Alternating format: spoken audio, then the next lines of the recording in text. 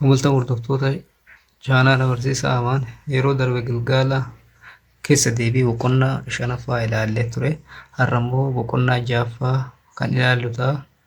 Boqonnaa ja'affaan gaaffilee daataan ittiin funaanamu qopheessuu fi daataa funaanuu kan jedhu kana kan of keessatti qabatu. Kanaaf hanga dhumaatti na hordofaa wajjin tura. Subscribe, like, share gochuudhaan hiriyoota keessan biraanis gahaa isiniin jedha. Karaalee daataan ittiin funaanamu keessaa daataan karaa adda addaatiin funaanamuu ni danda'a. Sanniin keessaa gaaffilee fayyadamuun gaafii qopheessinee gaafii bargaafiitiin bifa gaafiitiin daataa funaanuun ni danda'ama. Daawwachuu fi bu'aa argatan galmeessuu yaaliin hojjechuu. Yaalii hojjechuudhaan yaalii hojjenne san daataa isaa galmeessu mana galmee yookiin daataa beezii irraa funaanuu mana galmee irraatii daataa beezii walitti qabame irraa funaanuu ni dandeenya. Intarneetii gargaaramnee daataa kan odeeffannoo funaanuu ni dandeenya jechaadha. Isaan kunneen karaalee daataan ittiin funaanaman muraasa keessaa isaan tokko. Fakkeenyaaf caaltuun barattoota meeqa maqaa yaamtu lakkoofsa kophee isaaniitti ta'u gaafachuun akka gabatee armaan gaditti galmeessiteerti. Gabatee kanarraatii lakkoofsa 35, 34, 37 jedhaatiin haala kanaan daataa isaan barattoonni ishiif kennan san haala kanaan galmeessitee gabatee kanaan keessee jechaadha. Isa kanarraatii daataa kanarratti hundaa'uudhaanii tokkoffaa lakkoofsi kophee barattootaa baay'ee kaawwatame kam? Lakkoofsota gabatee kana keessa kenname keessaa kan barattoonni baay'een kaawwatan isa kam kan jedhu barbaaduu dandeenya. Lammaffaa irratti lakkoofsi kophee barattoonni xiqqaan kaawwatan kam? Lakkoofsi xiqqaa kan barattoonni kaawwatan kam kan jedhu daataa kanarraatii lakkoofsota kanneen adda baasuudhaa fi taalii kan nu gargaaru inni karaa salphaatiin kan itti fayyadamnu maalidha? Taaliidha jechaadha. Taaliidha. Kanaaf taalii fayyadamne taalii yoo jenne bifa ulee kan keenye yoo 5 ta'e keessa muraa haala kanaan keenya fakkeenyaaf 34 gabatee sanirraa yoo lakkoofnu meeqa jira? 5tu jira. 4 lakkoofne 5ffaa keessa gadi murraa jechaadha. Keessa gadi murraa 5tu jira. 35s yoo lakkoofne gabaticha keessaa inni kun 4 lakkoofne takka keessa yoo gadi buufne 5 agarsiisti. 5 fi ulee itti aanu tana 1 2 taaliin itti aanu 3 waan ta'e walitti 8 taati.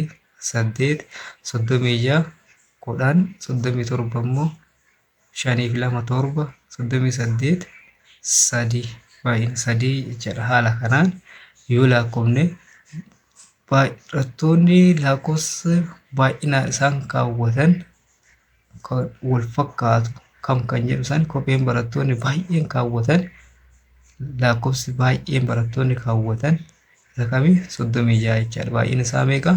10 waan ta'eef kan barattoonni xiqqoon kaawwatan 38 baay'inni isaa meeqa? 3 waan ta'eef jechaadha. Akkasitti bifa taaliitiin adda baafnee kaa'uu dandeenya. Kanaaf taaliin lakkoofsa kenname san kamtu baay'inaa irra deddeebi'e kan jedhu lakkaa'uudhaaf baay'ee kan nu fayyadu taaliitti gargaaramuudha jechaadha. Daataa gabateewwanii qindeessuudhaan maal gochuu? Daataa gabateewwanii qindeessuu kan jedhu fakkeenya fudhannee ilaalla. Isa kana tolusaan barattoota maqaa yaamu torbee tokko keessatti namaa fi akka gabatee armaan gaditti galmeessee gabatee kanarraatii haala kanaan galmeessee jira. Wixata nama 5 tafe kibxata 4 roobii homaa namne kamisa 2 jimaata 7 jedhee haala kanaan galmeessee kaa'ee daata gabaticha irratti hundaa'uudhaan guyyaan barattoonni baay'een hafan guyyaa barattoonni hafanii xiqqaa ture kam kan jedhu kana deebisuu dandeenya. Guyyaan barattoonni baay'een hafan kami irra deddeebiinsa kenname san keessaa baay'ina barattoonni hafan keessaatii 5 4 2 7 jira. Kana keessaa guddaan 7 waan ta'eef guyyaa kami? Guyyaa jimaataa jechaadha. Barattoonni baay'een kan hafan guyyaa jimaataati jechaadha. Guyyaan barattoonni hafan xiqqaa ture kam? Guyyaan isaan hafan guyyaan sirumaan jira roobii waan ta'eef guyyaa roobiiti jechaadha. Guyyaa barattoonni mana barumsaa irraa hin hafne guyyaan barattoonni mana barumsaa irraa hin hafnes guyyaa roobiiti jechaadha. Kanaaf isaan kana haala kanaan deebisuu dandeenya. Guyyaan jimaataa guyyaa barattoonni baay'een hafan, sababni isaa baay'inni guyyaa hafanii guyyaa kana torba guddaa waan ta'eedhaaf. Roobii immoo barattoonni xiqqaa ta'e hin hafne jechuudha. Hin hafne waan ta'eef guyyaan barattoonni xiqqaan hafan roobiidha. Ammas caarratti maal gaafate guyyaan barattoonni hin hafne kan jedhus roobiidha jechaadha. Roobiidha. Amma Gilgaala 6 yoo ilaalle qabxiin barattoonni 40 battallee herreegaatiin 10 keessaa argatan akka armaan gaditti kaa'amee jira. Qabxiilee armaan gadi kaa'aman kana keessaati isa kana gaaffii itti aanu deebina. Qabxii kana gabatee deddeebi'insaan qindeessuudhaan agarsiisaadha. Lammaffaa gabatee kana irraa kanneen armaan gadii barbaade. Tokko barattoonni qabxii 7 fi ol argatan. Lammaffaa barattoota qabxii 4 fi gadi argatan. Kanaaf bifa gabateetiin yoo qindeessine gabatee deddeebisaatiin haala kanaan qindeessuu dandeenya. Qabxii barattoonni argatan 2, 3, 4, 5, 6 inni hanga 10tti taa'ee jira. Kana keessaa 2 nama meeqa deebi'ee irra deddeebiis nama 2, 3 nama 3, 4 nama 3 jedhaatiin haala kanaan. Kanaaf gaaffiin tokkoof isa kana gaaffii tokkoffaa gabatee deddeebisaatiin kaayoo jedhee kun gabatee deddeebisaatiin haala kanaan keenya. Kana keessaa barattoonni meeqaa ol fidan? Barattoonni 7 fi achii ol fidan. Kan 7 argatan kan achii olis argatan. Asirraatii barattoonni qabxii 7 argatan deddeebisa qabxii 7 nama 7, kan 8 nama 5, 7 fi 5 12, kan 9 argatan immoo 4, kan 10 argatan immoo 3. Kanaafuu 7 fi achii ol kan argatan meeqa? Walitti edaanee 19 7 dabalatee. Kan 4 fi achii ol argatan immoo 4 fi 4 gadi kan argatan immoo kan 4 argatan 4 fi 4 qabxii 4 kan argatan 3 4 dabalatee jechaadha. Kan 3 argatan 3, kan 2 argatan 2, 4 fi 4 gadi kan argatan kan jiru 3 3 2 kana ol jecha 3 3 2 gara gadiitti 4 fi 4 gadi kan argatan 3 eda'uu 2 meeqa 8 jechaadha baay'ina isaanii. Nettaanu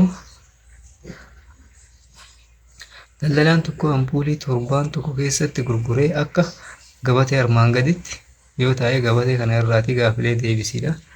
Haala kanaan ampuulicha gurguree wixata, kibxata, roobii, kamisa, jimaata, sanbataa fi dilbata haala kanaan irra deddeebiin ampuuliin guyyoota kana gurguraman irra deddeebiitiin kan gurguraman 1316 jedhee haala kanaan kennamee jira. Kanarra dhaabbachuudhaan tokkoffaa guyyaa jimaataa ampuulii meeqa gurguree kan jedhu yoo akkasitti ilaale jimaata ampuulii meeqa gurguree kan jedhu 14. Guyyaa kam ampuuliin baay'ee gurgure kan jedhu guyyaa ampuulii baay'eetti gurgure deddeebisa kana ilaalla. Deddeebisa kana keessaa guddaan 18 18 meeqa guyyaa kam? Guyyaa dilbataa ta'a.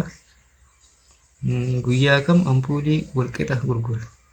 Walqixa kan gurgure guyyaan ampuulii walqixa gurgurame as keessa yoo ilaalle 13 16 9 11 14 9 18 kan jedhu kana. Kanaaf guyyaan walqixa gurgure guyyaa hundaayyuu walqixa gurgure tokko walqixa kan gurgure hin jiru. Guyyaa walqixa gurgure hin jiru. Kan walqixa kanneen keessaa kan walqixa ta'an hin jiru waan ta'eedha. Guyyaa kam ampuulii irra xiqqaa gurgure? Irra xiqqaa kan gurgure deddeebisa kana keessaa xiqqaan guyyaa kam ampuulii walqixa gurgure kan jedhu asitti 9 bakka 2 jira waan ta'eef asitti meeqa? Guyyaa sanbataa fi guyyaa roobii ampuulii walqixa gurgure jechaadha. Guyyaa kam ampuulii irra xiqqaa gurgure kan jedhu xiqqaan kanneen keessaa deddeebisa keessaa xiqqaan 9 waan ta'eef deddeebisa keessaa xiqqaan 9 waan ta'eef guyyaa kam ampuulii irra xiqqaa gurgure kan jedhu sammas roobii fi sanbata ta'a jechaadha. Yoo kaartooniin kun ampuulii 9 teechisuu danda'a ta'e ampuuliin torbaan tokko keessatti gurgurateef kaartoonii meeqa barbaachisa kan jedhu eda'ama ampuulii kanneen walii eda'anii baay'ina kaartoonii sun baatuu danda'u ofirraa jechaadha. Kanas haala armaan gadiin deebii kaa'uu dandeenya. Kan tokkoffaa ampuulii 14tu gurgurame. Guyyaa kam jimaata ampuulii meeqa kan jedhu 14. Guyyaa kam ampuulii baay'ee gurgure kan jedhu guyyaa duras deebise waan ta'eef guyyaa dilbataa. Guyyaa kam ampuulii walqixa gurgurame kan jedhu roobii fi guyyaa sanbataa. Guyyaa roobii fi sanbataa ammallee ampuulii xiqqaatu gurgurame jechaadha. Inni biraan eda'amni ampuuloota deddeebisa ampuuloota 90 kaartooniin tokko 9 baatuu danda'a waan ta'eef 90 fi warree meeqa baatuu danda'a? 10 baatuu danda'a jechaadha. 10 baatuu danda'a gaaffii E'dhaaf. Gaaffii E isa maal jedhuuf isaa yoo kaartoonii tokko ampuulii 9 teechisuu danda'a ta'e ampuulii torbaan tokko keessatti gurgureef kaartoonii meeqa barbaachisa kan jedhu kaartoonii 10 barbaachisa jechaadha. 10 barbaachisa. Inni itti aanu gabateen gandoota qonnaan bulaa 5 keessatti baay'inni konkolaattota qonnaa akka armaan gaditti taa'ee jira. Gabatee kanaan taa'ee jira. Gabatee kanarraa gaaffilee kana deebifna. Ganda kamtu konkolaataa qonnaa xiqqaa qaba kan jedhu gandoota kana keessa konkolaataa xiqqaa kan qabu ganda Daadha. Ganda kamtu konkolaataa qonnaa baay'ee qaba kan jedhu kana keessa deddeebiinsa ilaalla. Deddeebiinsa keessaa 6 8 hunda caala waan ta'eef ganda caala. Konkolaataan qonnaa gandi qaban kan hammamii caala? Caan meeqa? Caan 8 baan immoo 5 8 hir'isuu 5 3 jechaadha. Waliigala konkolaataa qonnaa ganda 5 keessa jiran meeqa kan jedhu walii edaana waliigala. Kanaaf isaan kana haala kanaan kaa'uu dandeenya. Gandi daa konkolaataa xiqqaa kan qabu ganda Daadhaa jechaadha.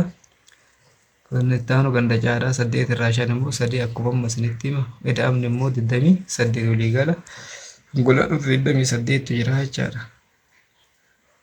Arfaffaa mana barumsaa daree 8 keessatti baay'inni barattoota shamarranii akka gabatee armaan gadii keessatti kenname yoo ta'e gaaffilee hanga caa deebisidha. Haala kanaan nuuf taa'ee jira. Kana keessaa daree kam keessa barattoonni shamarranii xiqqaadha jira? Daree kam keessa xiqqaan jira kan jedhu daree haa keessa. Daree baay'ina barattoota shamarranii daree E baay'ina barattoota shamarranii daree faa irra xiqqaadha kan jedhu. Daree E keessa meeqa jira? Daree E keessa 12 jira. Daree faa keessa 16 jira. Kanaafuu E faa irra xiqqaadha eeyyeen. Barattoonni shamarranii meeqatu daree haa keessa jira kan jedhu meeqa haa keessa jira? 8tu haa keessa jira. Kanaaf deebii keenya haala kanaan kaa'uu dandeenya. Inni tokkoffaa daree haadha. Eeyyeen kan E keessa jiru kan faa keessa jiru irra xiqqaadha. Kan caa immoo baay'ina isaanii 8. Barnoonni keenya har'aa asumarratti raawwataa waan dhaggeeffataniif galatooma.